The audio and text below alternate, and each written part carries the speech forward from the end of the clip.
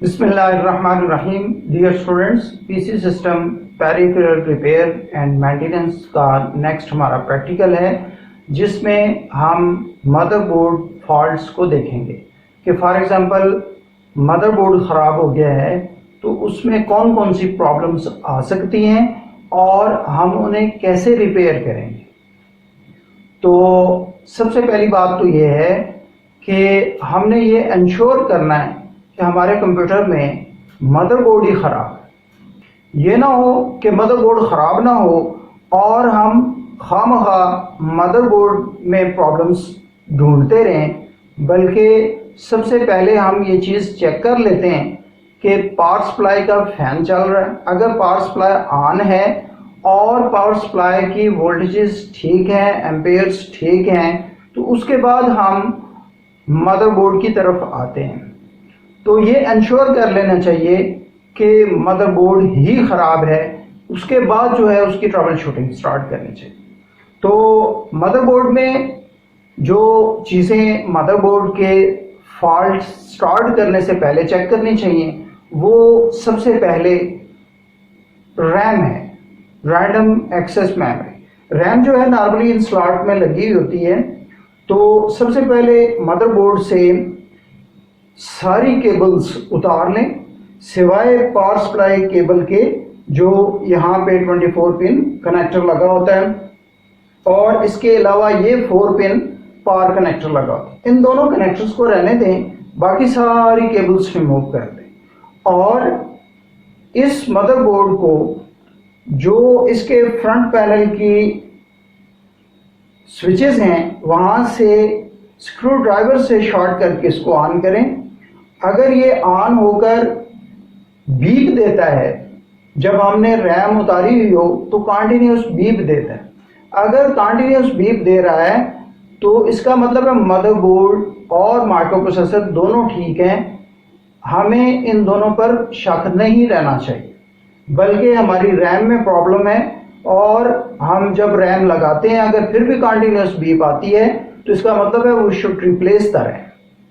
तो हम सबसे पहले ये इंश्योर करेंगे कि हमारे मदरबोर्ड में फॉल्ट है या नहीं है। जब हम इस बात को इंश्योर कर लेंगे कि मदरबोर्ड ही ख़राब है, तो उसके बाद सबसे पहली चीज़ जो हम मदरबोर्ड को अपने कंप्यूटर के केस से, जो मेटल केस है उसमें से केसिंग जो है उससे जब निकाल लेंगे तो सबसे पहले जो चीज़ चेक करेंगे विजुअल ऑब्जर्वेशन। सबसे पहले उसको गौर से देखेंगे सारे मदरबोर्ड को कि इसमें कोई स्क्रू तो नहीं पड़ा हुआ, कोई मेटल पीस तो नहीं पड़ा हुआ, कोई पेपर पिन तो नहीं पड़ी हुई, किसी जगह पानी तो नहीं पड़ा हुआ, किसी जगह कोई दूसरा लिक्विड तो नहीं है, इसके ऊपर डस्ट तो नहीं है, और किसी जगह से सर्किट ओपन तो नहीं हुआ। बस जगह ऐसे होता है कि कोरोजन की वजह से सर्किट जो है डैमेज हो जाता है, ओपन हो जाता है। तो ये चीज़ें हम विजुअली गौर से इसको, और हो सके तो कन्वेक्स लेंस लेकर बाकायदा सारी चीज़ें देखनी चाहिए। तो पहला स्टेप क्या है कि हम कोरोजन चेक करेंगे कि कोई जो पार्ट है, कोई हिस्सा मदरबोर्ड का वो क्रोडेड तो नहीं है। अगर क्रोडेड है तो हम उसे साफ करेंगे, और अगर वहाँ पे कोई सर्किट ओपन हुआ है तो वो हम सर्किट को बाकायदा कनेक्ट करेंगे।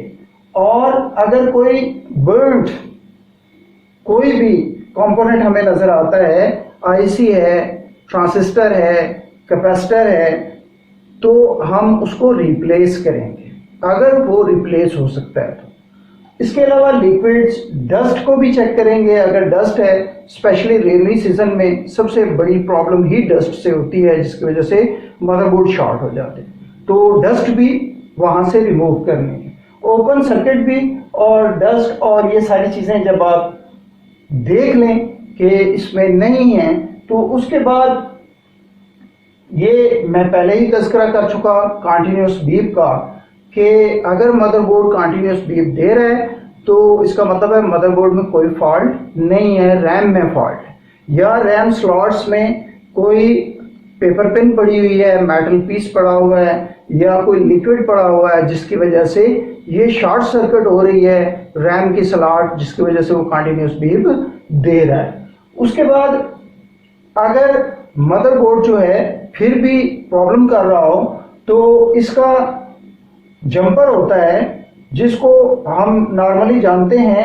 CMOS जंपर के हवाले से, और उस जंपर को अगर उसकी पोजीशंस होती हैं 1 2 और 2 3, 1 2 नॉर्मल होती है, 2 3 पे वो क्लियर हो जाता है। तो CMOS क्लियर कर लेने से भी बाज़ औक़ात मदरबोर्ड डिफ़ॉल्ट सेटिंग पे आके ऑन हो जाता है। तो अगर जंपर हो तो उसको 2 3 पे फॉर 2 और 3 सेकेंड्स रखें और वापस 1 2 पे लगा के दोबारा ऑन करेंगे, ऑन हो जाएगा। बाज़ मदरबोर्ड में ये स्विच लगा होता है, इस स्विच को प्रेस रखने से भी 2 और 3 सेकेंड्स इसका बायोस और CMOS जो है वो अपनी डिफ़ॉल्ट पोजीशन पे चला जाता है। तो ये भी एक प्रॉब्लम हो सकती है। तो CMOS क्लियर करने से भी मदरबोर्ड ठीक हो सकता है। उसके अलावा इसमें जितने मॉसफेट्स हैं मदरबोर्ड में, जैसे ये मॉसफेट लगा हुआ है, ये छोटे मॉसफेट्स भी लगे हुए हैं और इसके अलावा ये मॉसफेट्स लगे हुए हैं, ये मॉसफेट्स हैं। तो सारे मॉसफेट्स को चेक कर लें कि कोई मॉसफेट शॉर्ट ना हो। नॉर्मली ये मॉसफेट्स शॉर्ट होते हैं और रिप्लेस करने से मदरबोर्ड चल पड़ता है। इसके अलावा रियल टाइम क्लॉक है, रियल टाइम क्लॉक है, ये RTC लगा हुआ है, ये नॉर्मली शॉर्ट हो जाता है। ये इसको कंटिन्यूटी शो नहीं करनी चाहिए। अगर ये इस पे मीटर बीप दे रहा है तो इसका मतलब है ये शॉर्ट है, इसको भी रिप्लेस करना चाहिए। तो बाज़-औक़ात RTC शॉर्ट हो जाता है, बाज़-औक़ात मॉसफेट शॉर्ट हो जाते हैं, इन दोनों को रिप्लेस कर लेना चाहिए। उसके अलावा कैपेसिटर्स हैं, स्पेशली ये जो माइक्रो प्रोसेसर की सॉकेट के करीब लगे होते हैं, ये अक्सर औक़ात ये डैमेज हो जाते हैं या बर्स्ट हो जाते हैं या ऊपर जो है ऐसे उभर आते हैं। तो इन कैपेसिटर्स को दूसरे मदरबोर्ड्स के कैपेसिटर्स के साथ रिप्लेस कर लेना चाहिए और अच्छे कैपेसिटर के क्वालिटी के कैपेसिटर यहाँ पे लगाने चाहिए। कैपेसिटर्स भी बाज़ औक़ात मदरबोर्ड के ना चलने का बायस बनते हैं। इसके अलावा बाज़ औक़ात हम IO बोर्ड्स में कोई कीबोर्ड, माउस या स्पीकर की या कोई दूसरी चीज़ जो हमने प्रिंटर, स्कैनर लगाया हुआ है उसकी केबल्स शॉर्ट हैं या वो चीज़ शॉर्ट है, तो उसकी वजह से भी बाज़ औक़ात हमारा मदरबोर्ड ये खुद भी शॉर्ट हो सकता है और उसके बाज़ औक़ात उसको डिस्कनेक्ट करने से भी हमारा मदरबोर्ड खुद ब खुद सही होकर चलना शुरू कर देता है। इसके अलावा साटा केबल्स हैं और जितनी केबल्स इस पे लगी होती हैं वो भी शॉर्ट सर्किट का बायस बन सकती हैं। इसके अलावा ये अपने मेटल केस के साथ चूंकि अटैच होता है तो बाज़ औक़ात ये मदरबोर्ड इसके नीचे कोई मेटल पीस आ गया या स्क्रू आ गया तो ये बाज़ औक़ात अपने केस के साथ भी शॉर्ट होकर डिस्प्ले नहीं दे रहा होता। तो वो जब हम उसको केस से निकालते हैं तो शॉर्ट सर्किट ठीक हो जाता है, तब भी ये मदरबोर्ड चलना शुरू कर देते हैं। इसके अलावा एक IO चिप होती है, ये IO चिप होती है, इस IO चिप को भी चेक कर लेना चाहिए। ये अक्सर औक़ात शॉर्ट हो जाती है, तो इस IO चिप को रिप्लेस हॉट एयर से करेंगे और इसको भी अगर बाकी सारी चीज़ें हमने चेक कर ली उससे मदरबोर्ड नहीं चला तो फिर इस IC को रिप्लेस कर लें और अगर रिप्लेसमेंट ना मिले तो कम से कम इसको ड्राई सोल्ड के लिए चेक कर लें कि इसको रीसोल्ड करने से भी बाज़ औक़ात प्रॉब्लम सॉल्व हो जाती है। तो ये मदरबोर्ड के मेन प्रॉब्लम्स थे जो आज हमने एनालिस्ट किए और देखे। तो इसी के साथ इजाज़त चाहूँगा। अल्लाह हाफ़िज़।